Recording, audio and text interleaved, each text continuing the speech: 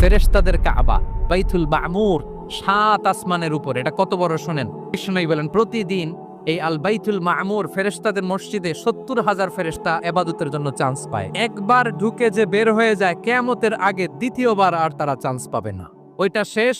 এরপরে সিদরাতুল মুনতাহা, সীমান্ত বৃক্ষ, এটা আরো বড়। ফেরেশতাদের জ্ঞান সীমানা ওইখানেই শেষ।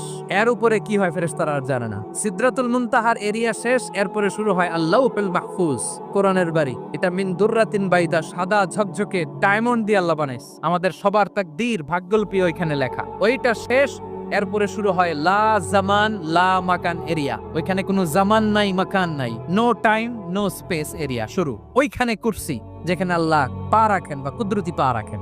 বড় রাজা বাদশারা সিংহাসনে বসে পা রাখে একটা টেবিলের উপর, শাহী টেবিল, ওইটার নাম কুরসি। আল্লাহ বলে ওয়াসিআ কুরসিয়ুহুস সামাওয়াত ওয়াল আরদ। আল্লাহর এই কুরসিটা এতক্ষণ যা বললাম এই সবগুলার চাই